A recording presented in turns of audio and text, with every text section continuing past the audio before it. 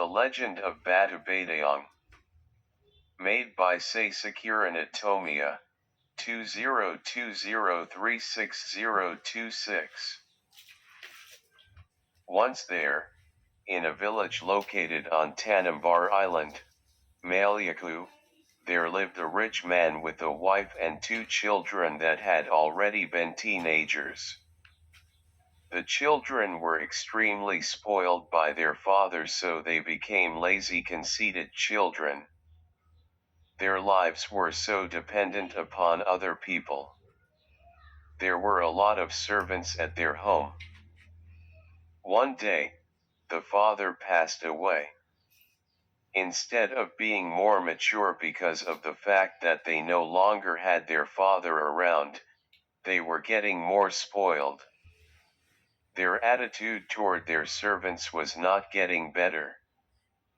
They often said rude words, and because of that, all servants in their home felt that they couldn't stay longer. They thought that they couldn't accept being treated in that way. Then one day, all the servants left the home. Knowing that she had no longer people that could help her, the mother now took care of all the jobs at the house. Cleaning, cooking, watering flower, and washing were all done by the mother. Her children? They couldn't really be counted on. The children treated her mother as if she was a servant. They often used rude words when they asked her to do something. She was actually sad and angry every time she coped with the fact that her children treated her badly, but she couldn't do anything as she knew that she had failed on teaching her children how to behave. She remembered that she hardly taught her children how to appreciate others. She was only able to cry and regret everything that happened now. One day, in the lovely morning, the children woke up from their sleep and suddenly they burst into a scream. "Mom, we are hungry. Where is the food?" Getting no response, they screamed again. "Mom, don't you hear me?" After getting no response to their second scream, they got up from their bed and walked to the kitchen. They were now in anger, as they learned that there was no food served there.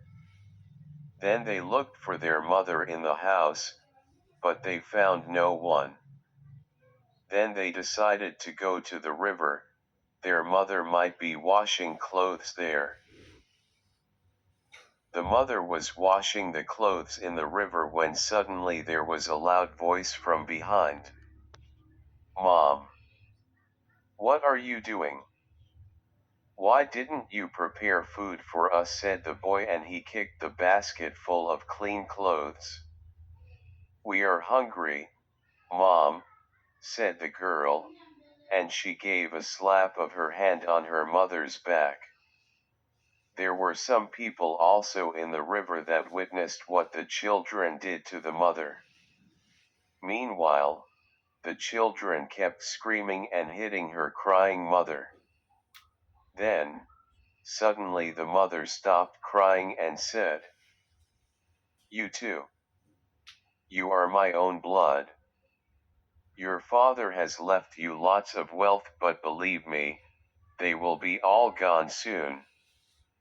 You had no respect for me, and now you are no longer my children.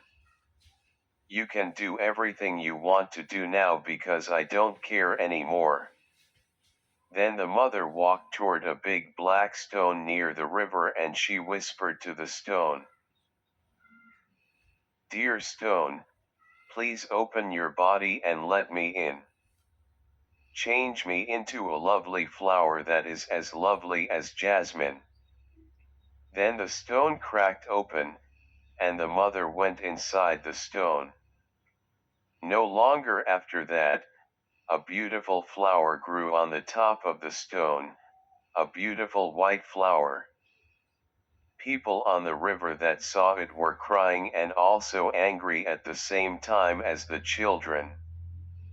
They then drove the children out of the village and they took all the remained wealth in the children's house. The children were crying as they had been expelled from their own house and also from the village.